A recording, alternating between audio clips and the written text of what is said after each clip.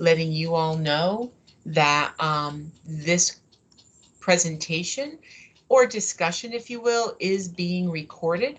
And the reason it's being recorded is because there's lots of folks who can't make this for many different reasons. And there are probably a number of folks who, after the fact, will say, oh, I wish I'd known that was happening. I would have joined. Well, sometimes notices get missed. So we're recording this so that it can be posted for workers in the after this morning to be able to listen to, because we are going to have a few special guests. We are going to have Martin, aka Matt Follin, who's our superintendent of schools at DCF. He's going to be joining the call, as well as Nachi Ba. And if you are in Region 5 or you have gone through pre-service training in the last quite number of years, then you know Nachi and you know he's a force to be appreciated because his presentations are always great. So together they're going to help us understand some of the things that are occurring and some of the things that we need to think about as we look to prepare our youth in re-entering schools. And so while we would love it to be that all 18 people that had registered were here at this moment, I think what we do want to do is just move forward in this presentation. Do know that in Teams, depending on your connection and bandwidth and such, you can get kicked out if there are too many cameras on. So what we are going to ask is that cameras come on when people talk, but that otherwise we keep them muted so that we ensure the best opportunity for everybody's camera and connection to stay active. So I would like to introduce, and hopefully her camera is working. I would like, pardon me, to introduce Shanika Hernandez, if you weren't hearing her chat just a few moments ago. Shanika is a trainer at the Academy, social work supervisor, who's joined us recently. So Shanika, if you want to introduce yourself. Good morning, everyone. My name is Shanika Hernandez. I am a trainer at the Academy for Workforce Development. I have been with the Academy for a month. I've been with the agency for 16 years in various units and various facets of working as a worker, promoted in New Britain, and then went back to Torrington. Torrington has been my home office for the most of my career. So Region 5, hello. How are you guys? I look forward to meeting with you and talking to you all today. Thanks, Shanika. And Shanika being relatively recently transferred out of the area office, she's got court to cover today, right? Because when we've got court things going on, if the worker can't be present, you want the supervisor present because they have the know. She's the supervisor that was handling all of that situation, so she's going to have to jump off for court. So she'll just be with us in the very beginning, but I do want to just acknowledge Shanika because she was an integral part of setting this up. And really putting together the package that we're looking at. So I want to appreciate her for that. And although we'll do more formal introductions at the time that we get there, as I mentioned, we do have two of our educational leaders on the call to assist us. And for those of you who don't know me, why have you not come to training? But for those of you who don't know me, Maureen Auger, I'm a trainer at the Academy, and I've been at the Academy for 11 years. So it's really helpful for me to have your voices on the call, because what I think of as the questions you have as we look at our youth returning to school, and as Shanika thinks about the questions she's experienced and thought about, both as a mom, sorry for giving away that information, as well as a Region 5 recent look, you all are having, from your own roles in your own families that you're working with, you're having your own thoughts, questions, and experiences. So we kind of want to jump right into that, right? And I'm hoping you all are seeing my PowerPoint. Yes. Awesome. And so Shanika. Okay, guys, let's get started. So we want to kind of gauge where everyone is at this point. In thinking about planning for our kids to go back to school, we want you guys to rate your feelings. So if you can. choose an emoji and just put it right in that the chat box. We have someone manning the chat box for us. If you can choose an emoji that represents how you feel when you think about kids going back to school. And so if you're not familiar with our chat box, it's down at the bottom of the screen. You're going to see a row of menu options, and the chat box looks like a little text box. See, somebody found it because I can see that red dot. And you can go ahead and choose an emoji. I like that one, Emma. Okay. Nice. Oh, nice. Right. So I don't know about you, Shanika, but I'm seeing a few concerned faces. Yes. I'm seeing Emma lost her mind. Yes. Right. Andrea says she's not sure where the emojis are. If you hover your mouse, Andrea, just under the line for, do you see, if you're in the chat box, which obviously you are because you're in chat, there's a little smile face underneath where you type a new message. You can click that and you got a whole host of options, right? I don't know about Shanika, but I was semi-prepared that somebody was going to give us a dancing man because they were happy about it, right? But maybe that brings us to our next point. Next question, yeah. So the few that have, I would love to see if there's going to be a variance between the emojis that were used. So would it be different? Would it be a different emoji if you think about, if you're thinking as a parent and thinking as a social worker? So if you separate the two, would your emoji change? Or would that feeling change, should I say? So again, in that chat box, if you, okay, Jennifer says no, her feeling would be the same. Anyone else? Okay. Oh, Valerie. No difference. And so as Maureen indicated, Emma says, I already feel like a parent to the kids. I agree 100%. 100%. So as Maureen indicated, I am a mother and I did just literally leave the region. So I can understand the common thread of feelings, and those emojis will probably be mine as well. So let's switch gears a little bit. And if you wouldn't mind taking your mute off just to let us know, or you can type it in the chat box, whichever you're comfortable with. What concerns or questions do you, your youth, or your caregivers have about returning to school?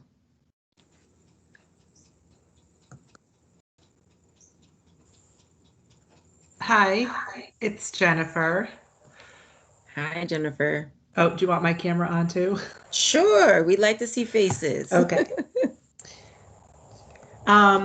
So I have kids in a relative foster home. She has her own children who have asthma, so she doesn't want to send her kids.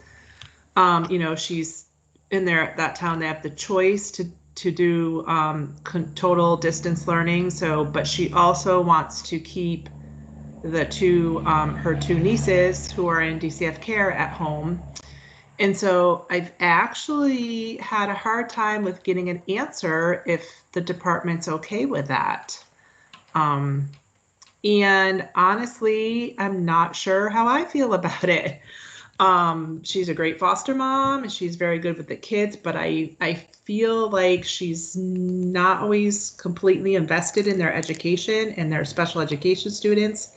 So I'm really torn with this decision. That's my input. Thank you for that. That was great. And hopefully as we move on in the slides, you'll kind of get a better sense of kind of where the department is with regards to the educational piece. And I totally understand the concerns, especially with the special ed piece. Anyone else? I see Valerie indicated childcare for when, if the children are going to be home for who knows how many days a week. That's a valid concern for most of our families. Anyone else?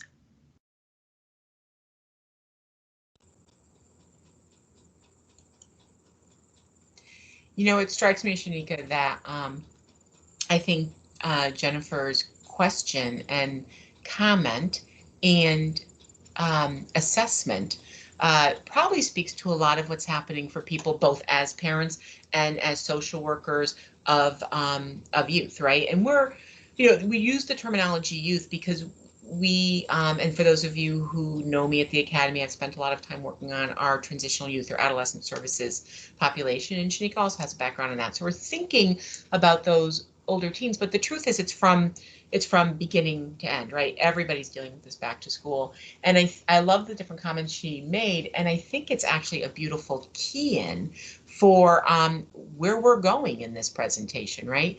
So thanks, Shanika, because we're going to switch mics, cameras, because in a second, Matt's going to put his camera on. Absolutely. I'm going to ask you to put yours down. And I want to let you know that our goals here today really is to allow a space for you all to discuss some of the challenges. So as we go forward, right, whether it's about sort of struggling through the childcare or doing whatever, we want to get some of those thoughts out. Christine, do we have another thought in the chat box? Yeah, there's a question about if families will have a choice in person or distance learning. Awesome. Thank you. Again, teeing it up really perfectly for Matt, and really wanting to make sure we're clear. While we may have a focus in our conversations as we talk about school planning, what the current school reopening plans are, how do we think about information and support and guidance to the youth as they transition back or their families, making sure that folks really have an understanding that when we talk about our youth and our families of color, we are looking at the potential of a much greater level of disparity as it comes to conductivity, the ability to get Wi-Fi to actually hook up to virtual learning, and the devices, right? That we recognize all of that, and we think about the importance of advocating for special ed needs, that we recognize our conversation may at times focus on the idea of the teens. Our conversation at times may focus on the idea of committed children, but the truth is our in-home families as well. All of this needs to be thought of in terms of how we support families. And so what I would like to do is introduce onto this call and ask him to bring up his camera is Martin Follen. And I didn't get a chance to actually ask which name he likes to go by. But I'm going to ask, if possible, to come on up. Let me know that. He's in the office, as you can see. And I think at this point, our educational division is sleeping at the office because things are moving so fast for them, right? So, so Martin. All right.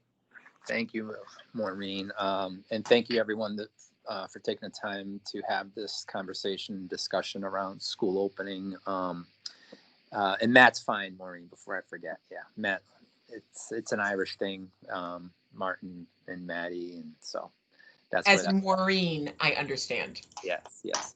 So, yeah, it's, as each day gets closer to, Labor Day, the stress and anxiety and pressure is mounting for school districts. It is a tough, challenging time for the state and for school districts and students and families. And so, and it changes hourly. And so it makes it very hard for us to plan and prepare as parents. So this space is really to answer some of the questions that already popped up, right? The commissioner, there hasn't been a statement on, our position regarding, back to school. I mean, we're having conversations daily.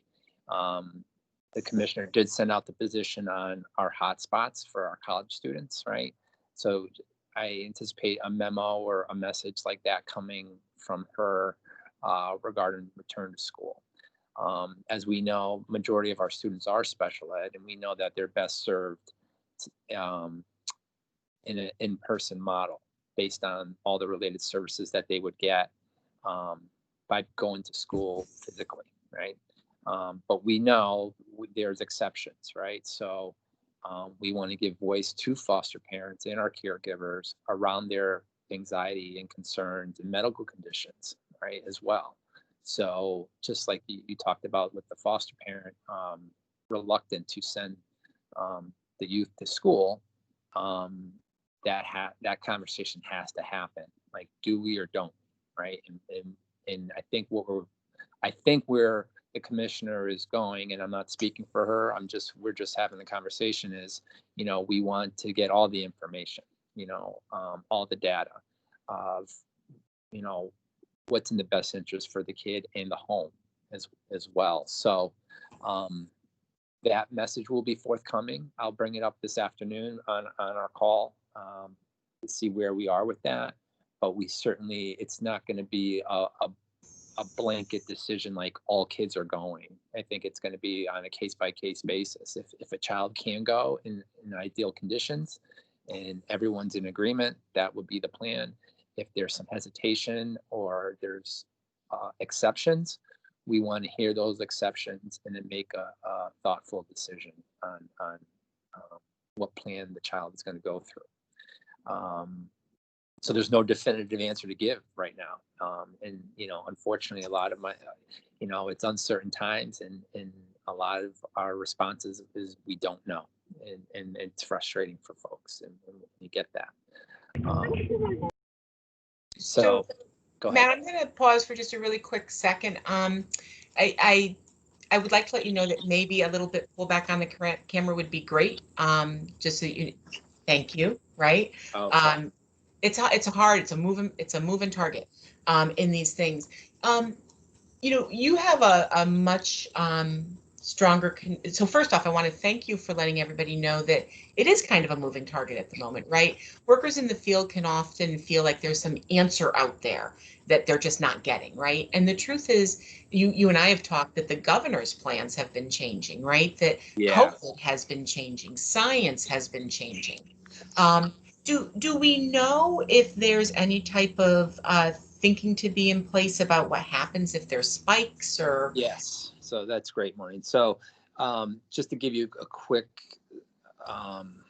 background and context of how we got here, this summer, districts were charged, I think it was the end of June, beginning of July, to plan and prepare for full reopening with assorted safety measures and CDC guidelines and so forth. So that was the plan for the summer for school districts, was to plan for full in-person return in September. That changed at the end of July when the governor said, no, districts can do what they want. If they want to do a hybrid, they can do hybrid. If they want to do remote, they can do remote. If they want to go full in person. So now we're in a place where every school district is doing something different. Right. So this makes it even more challenging for us because we know that, one child in say, West Hartford is going, A week, B week. Right. So, they're in school 1 week and then they're home 1 week, and New Britain might be, an A, B day. Right. You're going in one day, you're home one day. And then on Wednesdays is a day for cleaning. Or Friday's a day for cleaning. So every district is doing something different. So that makes our work even more challenging. But with the metrics and they're going to go with DPH guidance. So they're going to give out weekly reports of positive cases within regions. So they kind of divided the state into 5 regions. And so if there's an uptick in a particular region, then they will shut down that region, right? So next week, if a particular region, say, I'm going to say region 3 is Central Connecticut, if we get an uptick there, they can shut down, all the school districts within that district, right? So, the conversation we're having today can change dramatically next week if there's, say, 5 positives, of COVID within a particular region. They will shut down that region and go to remote learning. So that's how quickly this is going to change. So that's going to be the metric, and that's going to be the data that's going to drive when districts go back to distance learning. Thank you. And I'm actually going to suggest for the moment that, because I don't know about anybody else, but I've gotten a little bit of freezing going on my screen. So maybe we'll go cameraless for a little bit just to see if that helps. I don't want people getting kicked off. what I'd like to do as a starting point is just open it up to the room and ask, or to the, I call it a room, ask folks if, given what Matt has just offered us, what kind of questions, thoughts, clarity, wonderments that you have that maybe as people continue to struggle with this, they, in leadership, because this is a struggle, right? No one's dealt with this before. They've been leading us through uncharted waters. What kind of thoughts, questions, comments do you have at this point? And you can do that in chat box or on mic.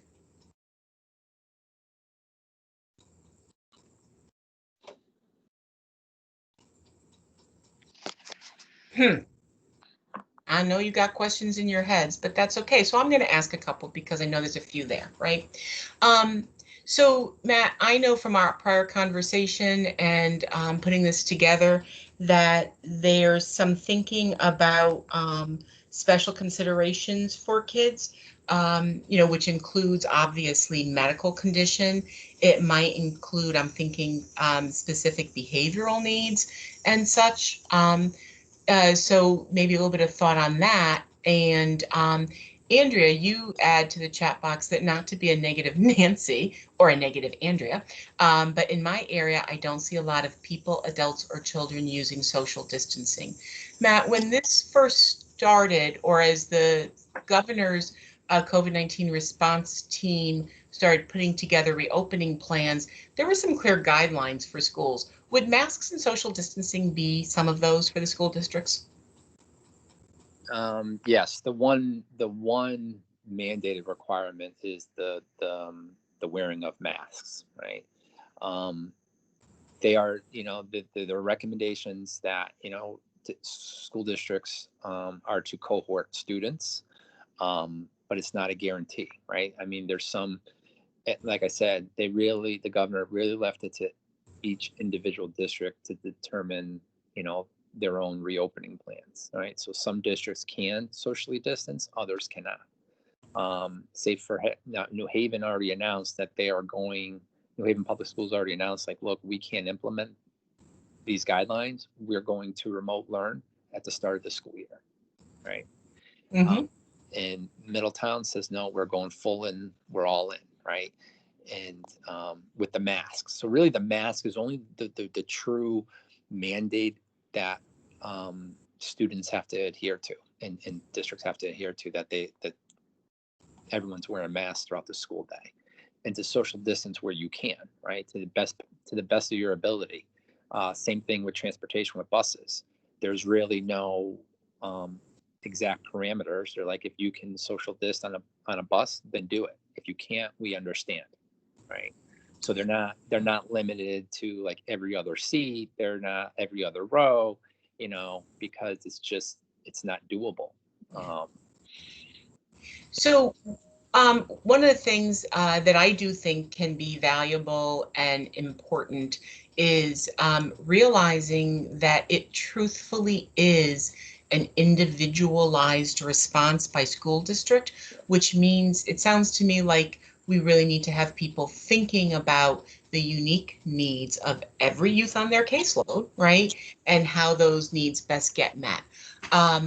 And so there's lots of concerns, right? And one of those concerns has to do with individuals not having sufficient supplies around, virtual learning devices, as well as PPE. And I know that the governor's been working on that. And I know that there was the grant or something, the Everybody Learns initiative. Yeah. Are you able to say a little bit about that? Yeah. So, the goal is to have every child have equipment, right, this time around. And so every district was required to submit the counts that you need for equipment. So within the next few weeks, hopefully every child in the state of Connecticut will have a laptop if they don't already have one. So that's good news. So I think for us, you go back to the individual approach. I mean, that's really the only way we can get a grasp of this. The ask will be for workers to really know the educational plan for each child on their caseload, right? Mhm. What is the schedule, right? Are they A/B days? Are they A/B weeks? Are they remote? Is there transportation in place? You know, PPTs are still going to exist, right? Their IEPs are still have to be developed and reviewed. So that's not changing, right? All the PPTs will be virtual, but we can still ask for PPTs on our kids, and then we should. And so that's not going to change. But all of these things we have to have information on. We have to have documented as well. So that's the only way we can get a handle on this, is just to really talk with the kids, talk with the families, and make sure our contacts are up to date, that the schools, are communicating regularly, that, the emails are current, the phone lines are current, because it's going to change. We know that's going to change. Either they're going to, if the open goes well, then districts will look to add more days of school, right? If it doesn't go well, then we'll shut down and be fully remote. Yeah. So Matt, I really appreciate the information you're bringing, and as we've had conversations leading up to this, sort of the challenge of the information that can't be brought, right? And some of that information that can't be brought is even around how every parent, whether it's a parent in a family that we're working with, a parent who's a foster family that we're working alongside with, even us, those of you who are parents, right, with children who are school age, starts to sort of stress up the questions around, well, what if their school day and my in-office day match, right? We have a few comments around that. And Matt, don't worry, I'm not going to ask you to speak to what happens with our staff. I know that's not your role. But I guess what I want to emphasize to everybody is that our leadership is I think really looking at that. And Matt, I know that you all have lots of Yeah. calls and meetings on this to really try to think about how do we help everybody balance. Yeah, and that's the hot topic for us here at CO, and just trying to how are we going to navigate that as well, right? Yeah. And it's a concern from every division, and so I think we'll get further guidance in the coming days or weeks. But right now, there's been no position on that. And I don't mean this to sound to everybody on the call, so that you'll know, Matt, we're getting several comments, a couple of Jennifer's, and Vashi, is that Vashi on there? And Santo, and a couple of folks just kind of really, wow, this is short timing, and school's coming quick, and return school's coming quick, and all of this. And the truth is, I think that's what's happening everywhere that's dealing with this. It's like everybody has decided to shop for the holidays the day before the holidays, right? There is a frenetic feeling about this that I think we as social workers are going to need to help our families to balance, right? But I don't want to cut your time short or walk away from anything that you want to bring up. So I want to take a moment with you to make sure we cover that, because you brought up the idea of special education needs, and I want to make sure that we pull Nachi into this conversation as well. So I don't want to cut you off, and I want you to stay with us, but I'd like to ask Nachi if he'd like to come on board. And turn your camera on for a second, Nachi, so people can see you.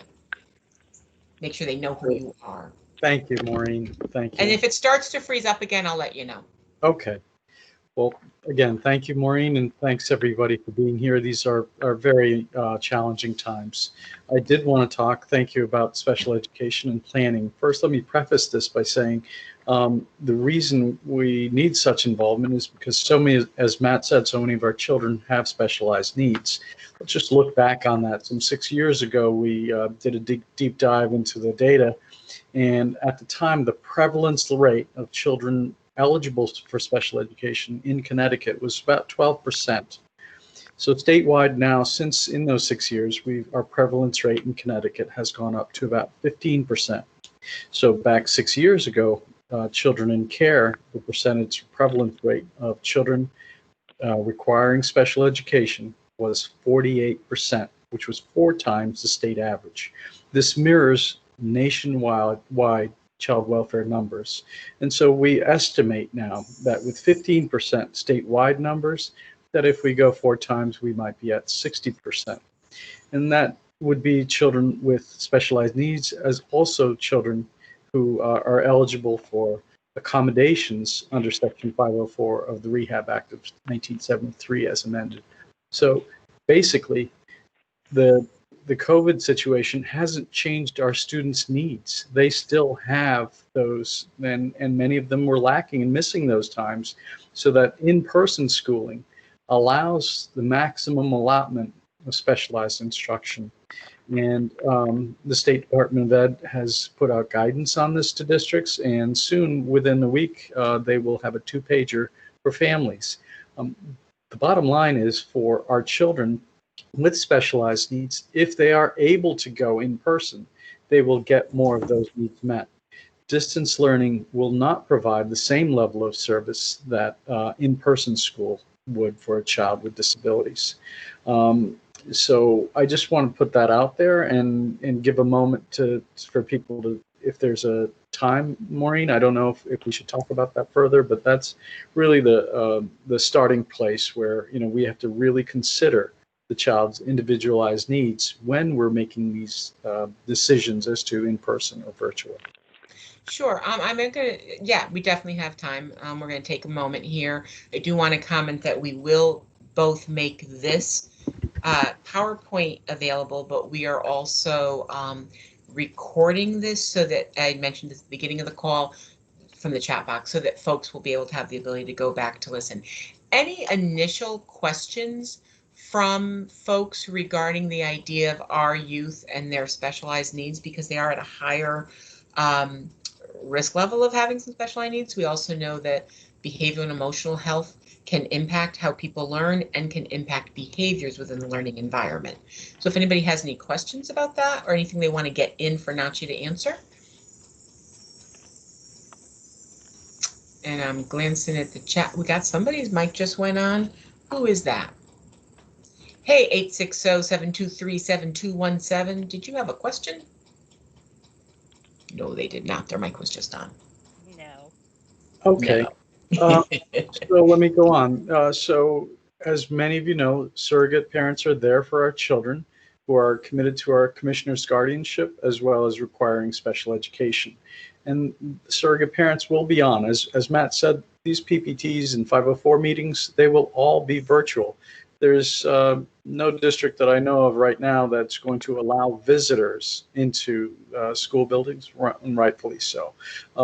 Things had been teleconferenced for years, meaning the Individuals with Disabilities Education Act allows for teleconferencing, and certainly video conferencing is there in districts that allow for that or have the facilities to do that. Needless to say, surrogate parents need to be involved, meaning what we're doing, what we're thinking. Always please keep communicating with them, and they still need to be assigned. So getting a surrogate parent has always been through the vehicle of the DCF 603, which is generated in Link. And if one has any questions on that, really should be asking their regional ed services staff.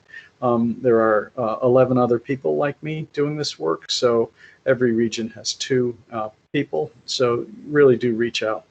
And as to just be really clear, PPTs are that important right now, especially to understand what services the child needs and what would be delivered, and as well as for those children who a special circumstance dictate that they be virtual, what will be, how will that be offered?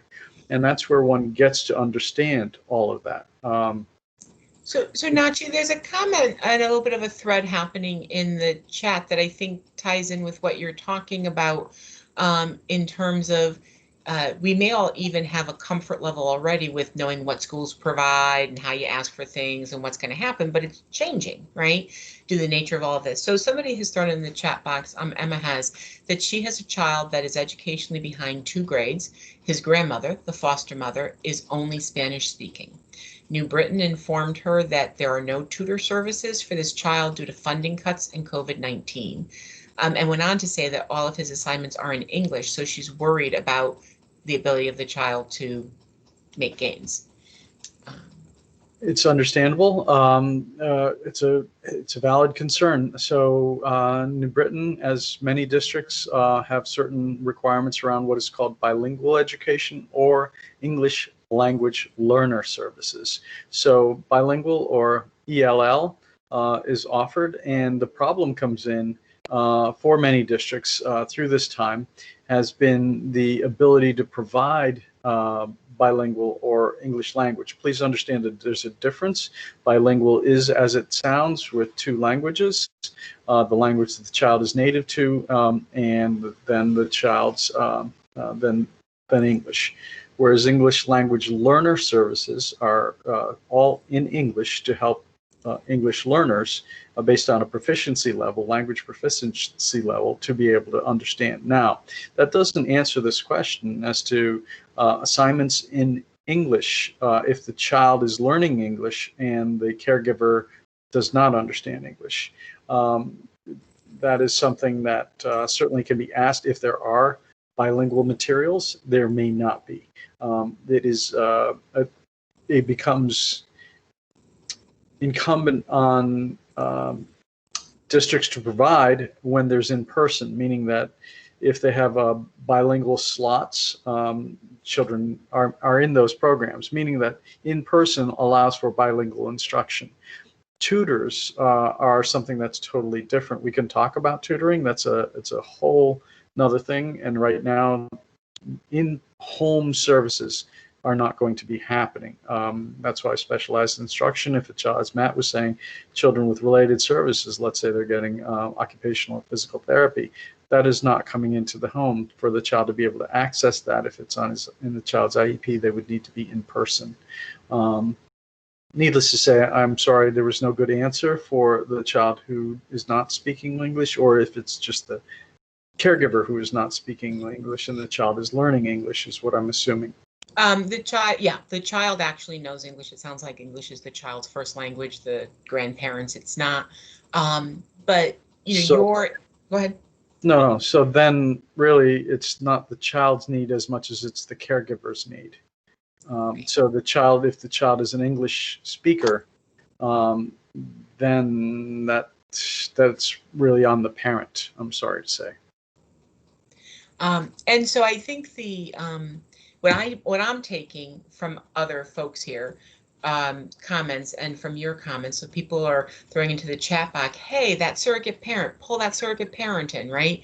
You sort of commenting and thinking out how this might work depending on what all the nuances of the situation are. It's so important that we understand where people's needs are. We get our consultants in as early as possible, but it's also why, as challenged as I think all of us are around the idea of what's happening with COVID, the risk factors that occur, everybody wanting to keep everybody safe in all ways possible, that there is learning necessary for people to grow and to develop and to move forward, and that on-site learning sometimes is the best option when people have some special needs, to really be able to have them met by the teacher in the classroom. For some kids, that's going to be really necessary if all things are equal.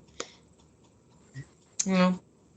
So let's go on. So children who are determined that through the process that they will engage in distance learning, it really is an expectation by the State Department of Ed, as well as everyone else involved, is that the caregiver provide direct support and monitor engagement. That will be conveyed to parents who opt for virtual learning statewide, no matter in care or out of care. Just all families will be understanding. They will be provided that information, that the expectation is for them to provide direct support, monitor engagement, whether the learning be synchronous, asynchronous, or a combination of the two, meaning whether the teacher is virtually on at the same time as the child, or if they're being given assignments.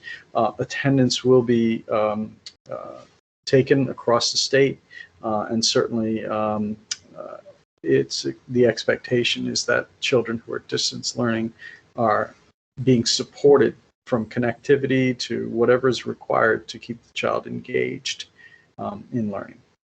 So, our kids talking about our kids, there might be additional support and attention due to social emotional needs. As we know, and in research for a long time, the impact of trauma on neurodevelopment is profound, such that executive function skills are often delayed.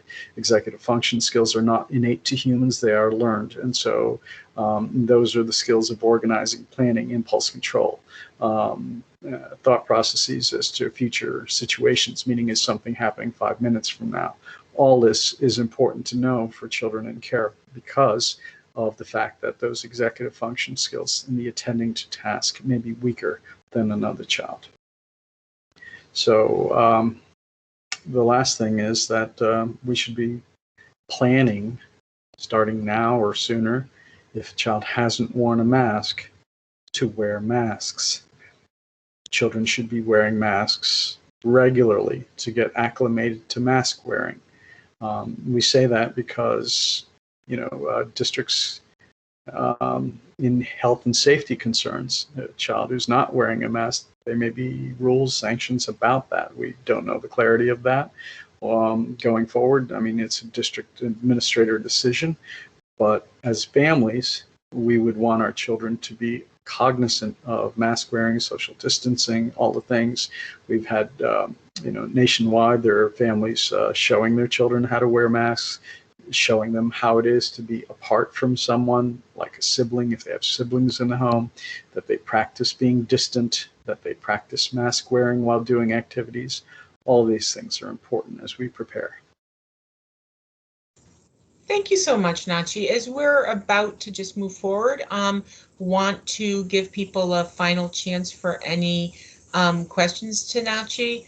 And I want to just, as you sort of think on that and get yourself ready, you type it or get ready to go on mic, folks, just to comment that, Nachi's guidance, although we have a special place in our hearts for Nachi at the Academy, the truth is those 11 other folks that join him in providing consultation and support to you all in the area offices understand that all of them are extremely aware, well versed in this, are being kept up to date with how the lay of the land is changing, and are unwavering in keeping their eyes on the specialized needs of our youth in school, right? That is their passion and that's their advocacy, so you want to include them. So I don't know if anybody wants to put a mic on, but I'm not seeing anything in the chat box.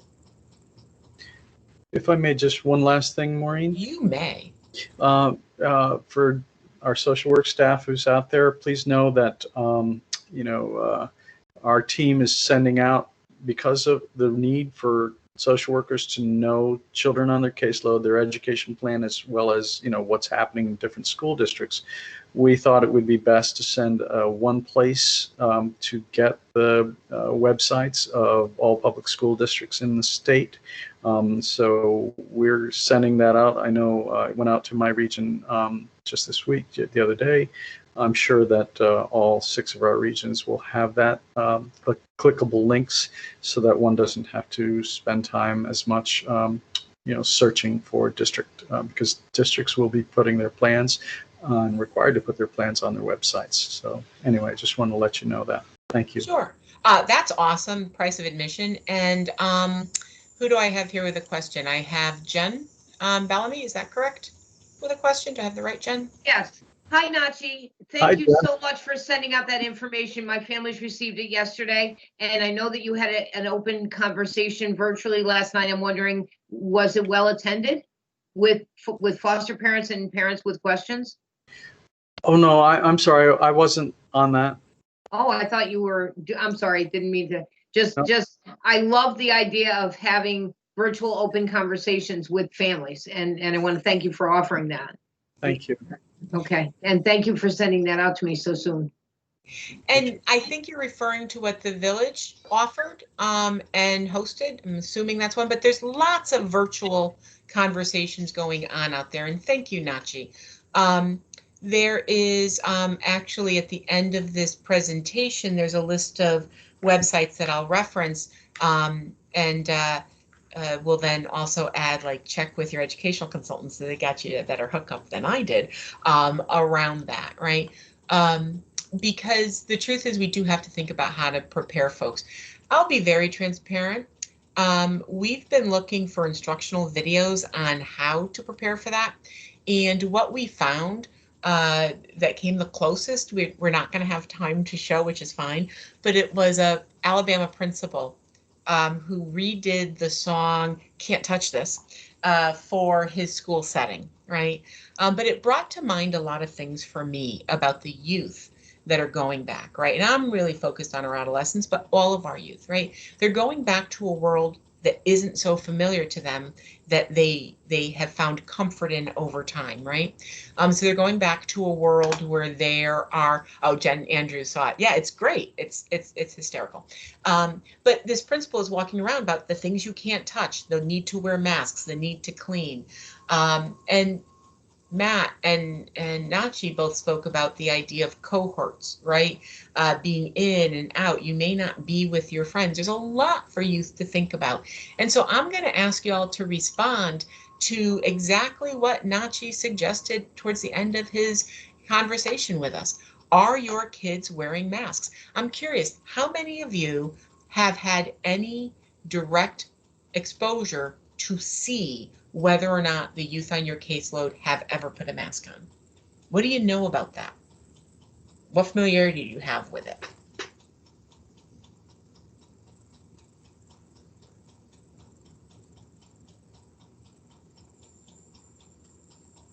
All right. Oh, so Emma, you have not. And there's a good shot that a lot of you have not if you've been doing virtual visits, right? So it starts to beget the question, how do you find out if your youth are wearing masks, right? So Santos says that most of my adolescents will not wear them all the time, right?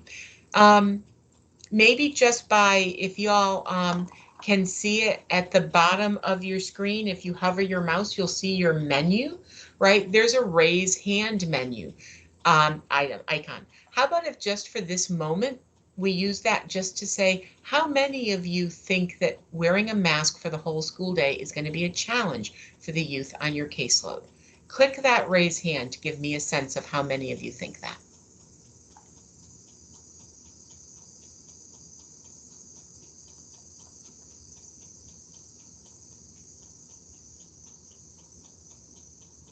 Right. So I'm seeing person after person after person clicking that they think it's going to be a challenge, that they think it's difficult. And I at one point thought I was going to come onto this call wearing a mask, right? To sort of show to folks, you're used to seeing people, but are you used to seeing them in masks? Because a lot of us have not been seeing people, and kids the same, right? Jen Andrews, I'm going to call on you, right?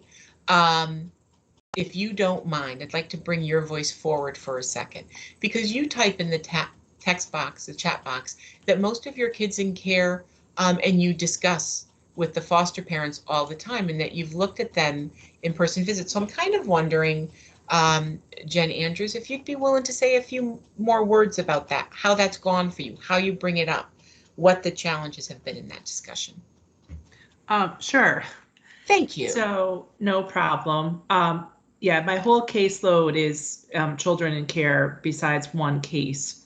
Most of them younger. I only have one adolescent, thank goodness, but that's a different story because he's challenging.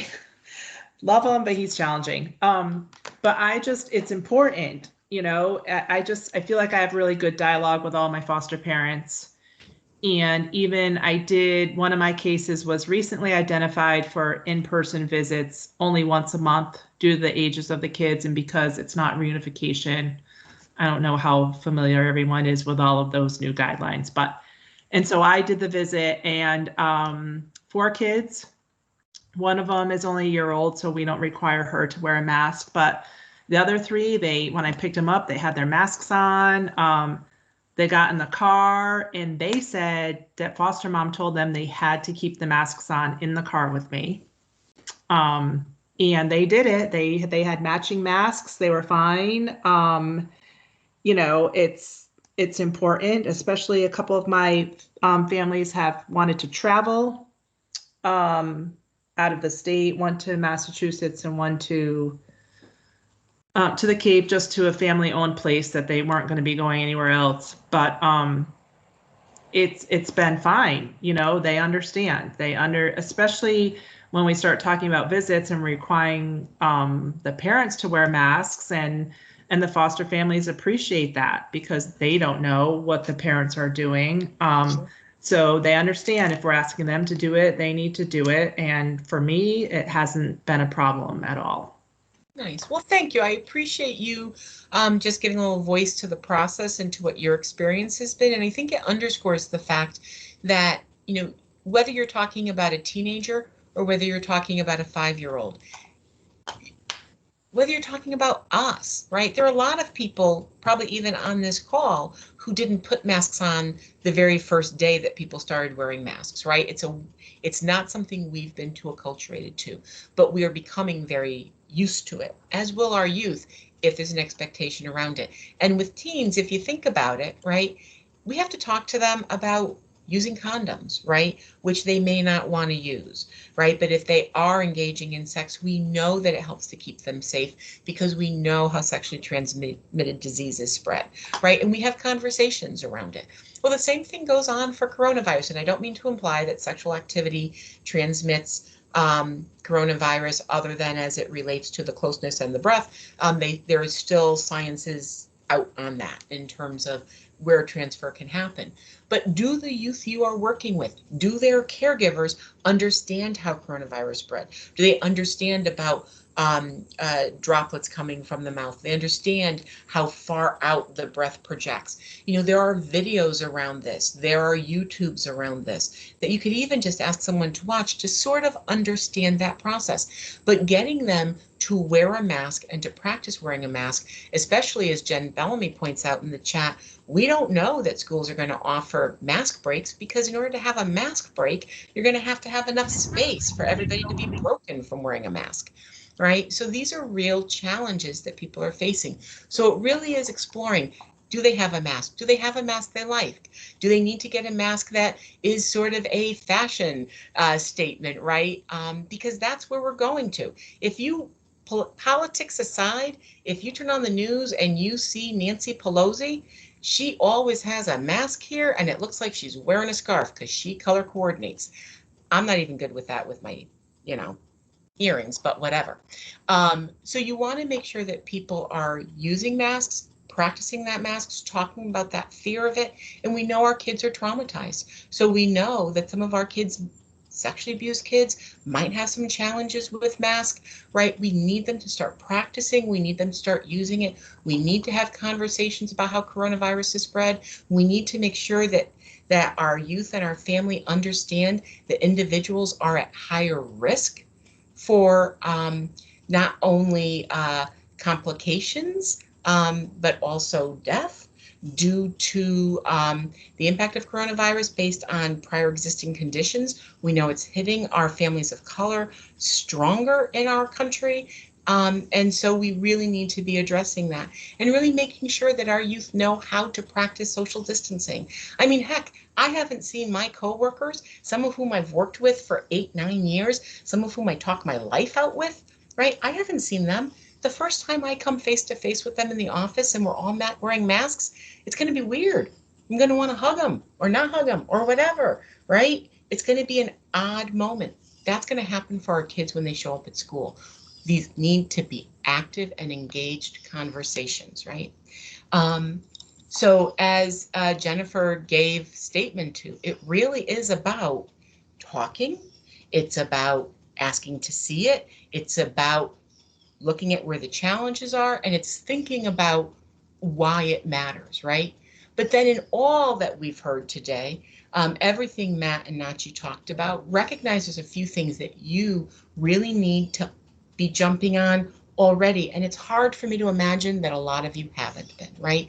Knowing your youth's educational needs, knowing their medical needs, knowing the challenges that are facing them and their caregivers. Our FASU division has been working with foster families to understand where their challenges are, what the needs are, where the devices are, to make sure that we have our families as prepared as possible. The governor has secured those same devices for families out there, right? We will need to become informed. I love what Nachi told y'all in terms of they're going to be a one-stop place to do your clicking, but do get into those websites because it's really important to understand the district's rules and how those district rules break out for different ages. We are learning that older youth are more susceptible for complications, more susceptible for symptoms than younger youth. So some school districts are doing one thing for grade schools, one thing for high schools. You want to take a look and make sure you know that, know what supplies and supports the school is able to provide, right? What are their expectations of students? As Nachi said, there are some school systems that might be, if you don't wear a mask, you're suspended, right? Can that happen? That's your educational consultant, but we need to be prepping our kids around that. Our transportation will probably continue to have challenges at moments, right? As we deal with this, so really looking at that, talking with foster parents about supporting in the transport, that might help them to feel safer in their own homes as well, knowing that the youth are in their vehicles until arriving at school. And then make sure that your caregivers and you know about virtual town halls, information sessions. So many of the school districts are providing them.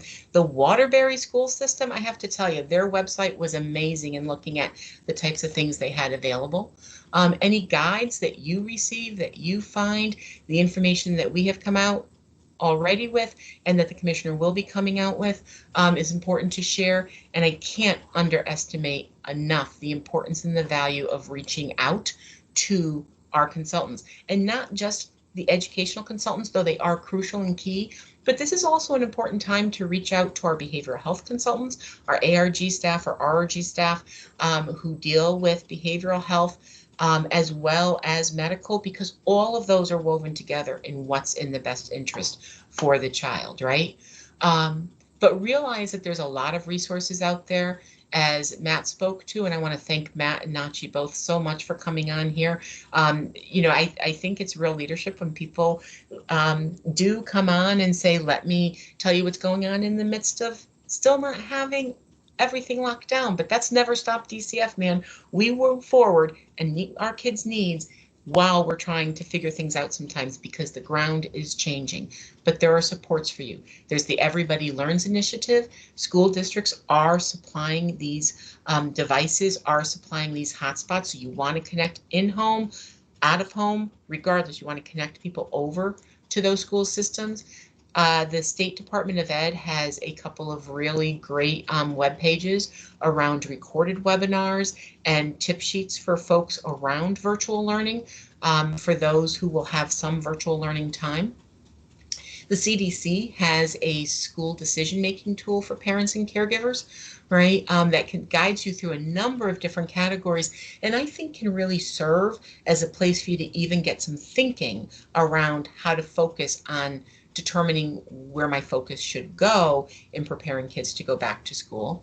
And then again, the governor and other state agencies have been putting together really just an amazing level of resources on the Connecticut COVID-19 response page. So all of those will be available in this PowerPoint. The PowerPoint will be sent out so that folks can get access to it. So very much hope that that will be available. And Jen, thank you so much for being on, but I know we've run a couple minutes over, but I do want to make sure that if anybody has any questions, any final thoughts, that you put them in the chat box or turn your mic on right now to speak them.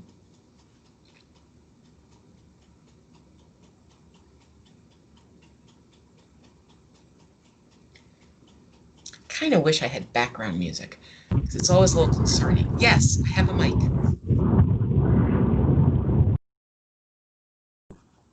Santo, is there something you wanted to say? Maybe not. All right. Well, hello, again. Maureen. I just want to let you know, good job. Sorry about that. No problem. Hey, Thanks we for all the love to info. hear a good job. All right. All right. Have a Well, good day. Stay you safe. too. And I want everybody to be safe. Don't be afraid of having these conversations with your kids and your families. We're all walking this same uncertain world, right? But we're making it through. So good luck. Have a great day, a wonderful weekend. Do something enjoyable if possible. And thanks so much. Thank you, Shanika. Thank you. Matt. Nachi. Thanks, Maureen. Thank you, Maureen, Shanika, and thank you, everybody. Thanks, Maureen.